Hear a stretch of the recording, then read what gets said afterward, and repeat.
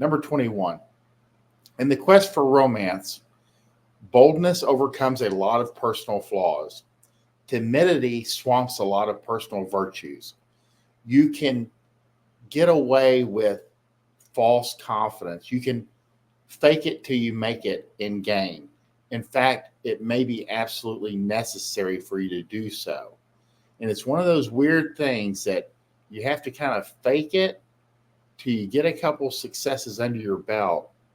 And then the success tends to help you solidify your belief in yourself and in game and in its tenets. So in the quest for romance, irrational self-confidence, you have to have belief that even without evidence is what I try to convey. Belief without evidence, which is irrational. When you're running game, boldness will overcome a lot of personal flaws. It's like approaching and giving a bad opener, but confidently. The worst she's going to do is laugh. She's like, "You're a nerd." So, the worst she can do is laugh at you, but it's not going to go much worse than that. It's not like she can kill you or injure you. But timidity swamps a lot of personal virtues. You can know game, you can have good openers, but if you're hesitant and your self-doubt leaks through, nothing you say or do or present or how you carry yourself will matter, because it's kind of stinks up the whole thing and it doesn't come off as genuine. I mean, there's a fine line. You can tell. It's almost like acting. There's good actors and there's bad actors. And, almost all good actors were bad actors in the beginning. So there is a learning curve here. We're almost all going to be guilty in the beginning of some timidity, some hesitation, a lack of confidence. This is normal. No one shows up with everything, at least nobody in game. Some naturals are like that when they're born with it. But generally, anyone you meet yourself, you have to work on these things. And it's going to suck in the beginning, and it will eventually level out, and you will get success. That's a good thing about game. It's very much an A plus B equals C formula that can be repeated. That's why it's called game. It's not called chance or, roll the dice or gambling or, hey, I'd like to meet that girl, sort of. I don't know.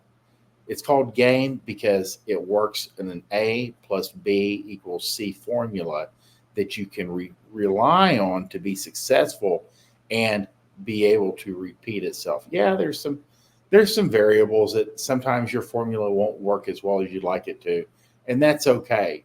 That's what we always try to convey, is like if a girl flakes out or disappears, an X came back into the picture. And 99% of the time, an X came back in the picture. Guys are always like, "Oh, what did I do?" And it had nothing to do with them. It was just somebody showed up. Developing boldness is literally tricking your brain into doing it. Irrational self-confidence. You have to force yourself into it. 99% of self-confidence is doing what you don't want to do. And that getting into the habit of forcing yourself to do things that are uncomfortable, and be it physically or mentally or socially challenging, is where you develop confidence. Everything, and again, it's okay to fake it till you make it. But in that faking it, you will have wins. You have to get out of your comfort zone. And I think that's why, we encourage guys to get into the gym, because it forces them to get out of their comfort zone, put themselves or challenge themselves in a measurable manner. Because the good thing about the gym, as opposed to business, which can be very fluid, with the gym, 45 pounds is 45 pounds. 100 pounds is always 100 pounds. You can measure yourself gradually day by day. When you're talking about money or women or anything, there's more variables. Money's luck. Who walks in the door? Who responds to your ad? Who do you know? Who were you a college roommate of? There's more variables that will have greater control over your outcome. Whereas we try to get guys to go into the gym because it builds confidence, because there's very much you do A and you do B, you're going to get C. No one has ever actually lifted weights and not gotten stronger. No one has ever stayed on a program for a year and not looked better. It just doesn't happen. So that's why, when we're talking about how to build confidence, we always push guys towards the gym. And why the gym and not like a running program or lacrosse or some tennis or bullshit? Because nothing will cause results faster, more visible, and have more carryover than weightlifting. It's just, there's no magic in weightlifting as opposed to any other sports or, endeavor, MMA or anything else. But it's just the easiest, fastest, most direct, and greatest outcome to effort put in.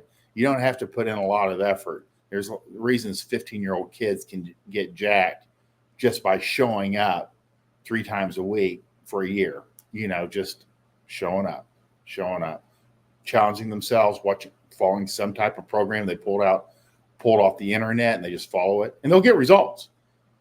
So that's why we push weightlifting. I mean, there's no magic. The magic is in the doing it. So CH Maxim number 21. In the quest for romance, boldness overcomes a lot of personal flaws. Timidity swamps a lot of personal virtues. And Bouncer 182, thanks for the question, because that does kind of explain how to make things happen.